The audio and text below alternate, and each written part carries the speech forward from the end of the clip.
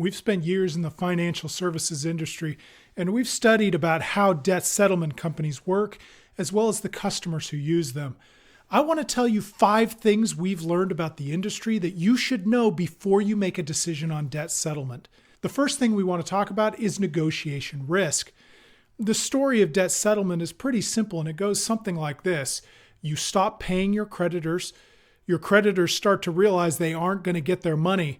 They decide that some money is better than no money. They knock down your debt, you pay the difference, you walk away debt-free. That's the story, but that's the best case scenario. That leaves out a lot of other stuff. It leaves out the violence that it does to your credit history. It leaves out the collection calls. It leaves out the months in which the process hangs over you. And it leaves out the considerable risk in the negotiation process. Some creditors will negotiate quite hard. You might not be able to discharge as much of the debt as you had hoped. Some creditors are less likely to make a deal because they don't want to encourage the debt settlement practice. Some creditors are willing to play hardball. These will simply sue you. And when they do sue you, you will need to pay a lawyer to represent you. When you go down the debt settlement path, you need to be aware of the risk entering these negotiations can bring. Next, let's talk about the big trade-off. When you're buried in debt and you just want it to go away, it can be tempting to look at debt settlement as the solution. After all, the companies talk about how they will take over and you won't have to think about it anymore. That can certainly be enticing, but you do need to understand the trade-off at the heart of debt settlement. You are trading the possibility of a lower debt burden for the certainty of your credit history being tarnished for years. Even if debt settlement could be done in the blink of an eye, it will take you years to rebuild your credit, and debt settlement doesn't happen in the blink of an eye. It often takes years for the debt settlement process to unfold. During that time, your credit history is being pummeled. You have no chance to rebuild until you discharge all the debt. Only then can you begin to rebuild your credit. In the best case scenario, doing debt settlement can mean 3 or 4 years before you can begin to see your credit score improve. For some, that trade-off is worth it. But for too many, they don't realize they are making that trade-off until it's too late. Now let's talk about the monthly payment. One of the appeals of using a debt settlement company is that they can immediately lower your monthly payment. Some debt settlement companies will ask you what you want your monthly payment to be. When you significantly drop the amount you are paying towards your debts, the debt settlement process can take months, maybe even years longer than it has to. Why? Well, the sooner you can collect a substantial amount of money, the sooner the negotiations can begin, and the more effective those negotiations will be. Don't just think that lowering your monthly payment is going to solve your problem, even if it does feel better in the short term. Now let's talk about the savings.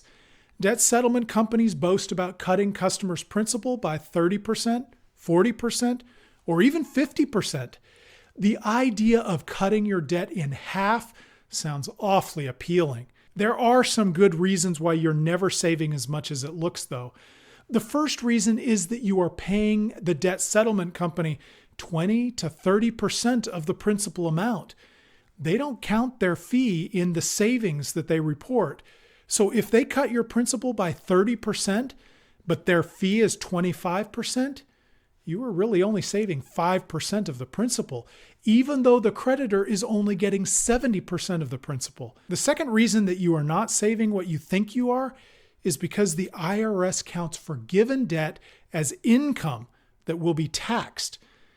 At the end of the year, you will need to pay taxes on the amount of the debt that was reduced, even if a big chunk of that was taken by the debt settlement company. So to continue our previous example, the IRS will expect you to pay taxes on the 30% that was reduced, even though 25% of it went to the debt settlement company. I get a fair bit of criticism when I end the discussion about savings there. Many people complain that I'm not counting all the interest that you save in the process. I do ignore the saved interest. I ignore it for a couple of reasons. First, giving the debt settlement company credit for the interest that you would save implies that there are really only two ways of tackling the debt. One is to use their services, or two, pay the minimum on your credit card forever. I fundamentally disagree with framing the issue that way. These companies would love for you to see the issue that way because it implies that there are only two solutions to their problem and that they're the real solution. But there is another reason I ignore saved interest. That interest doesn't really exist until it's accrued. To be able to claim that interest is saved, you would have to perfectly predict how you would pay off the debt if you weren't using the debt settlement company. And let's be honest, if we could predict the future, few of us would run into financial challenges in the first place. This is why these companies can't boast about the interest they will save you, because it's purely hypothetical. If you make extra principal payments right now, the interest you would have paid goes down. We also don't mention the saved interest for a simpler reason. You could do what these companies are doing on your own. In that case, the companies aren't saving you any interest that you wouldn't save on your own. Now let's talk about what you actually pay. Debt settlement companies are pretty good at hiding the costs of the debt settlement process. Now, I don't actually mean that they are dishonest about it. What I mean is that the amount of money that they are siphoning out of the process looks invisible to you because it comes out of the pot of money you are building for the negotiation process. You don't actually see how much money is there, and therefore you don't see how much money they are taking out of the process. Ideally, it just comes out of the decrease in the principal that you owe. But most companies charge 20 to 25% of the amount of the debt you enroll in the process.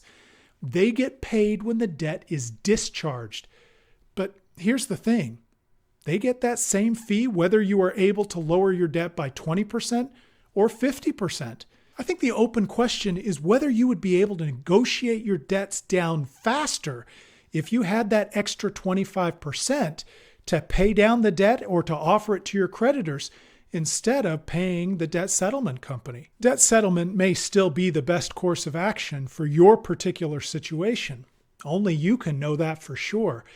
But you should go into that decision fully aware of these 5 things. That way you are in a better position to make an informed decision.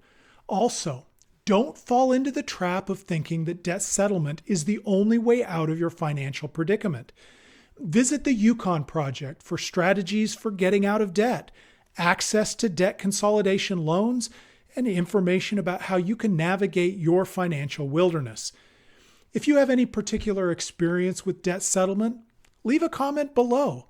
Tell us how it went, what you wish you'd known before, and whether it ended up being a good decision for you. If you found this video useful, please like it and subscribe to our channel. Thanks for watching.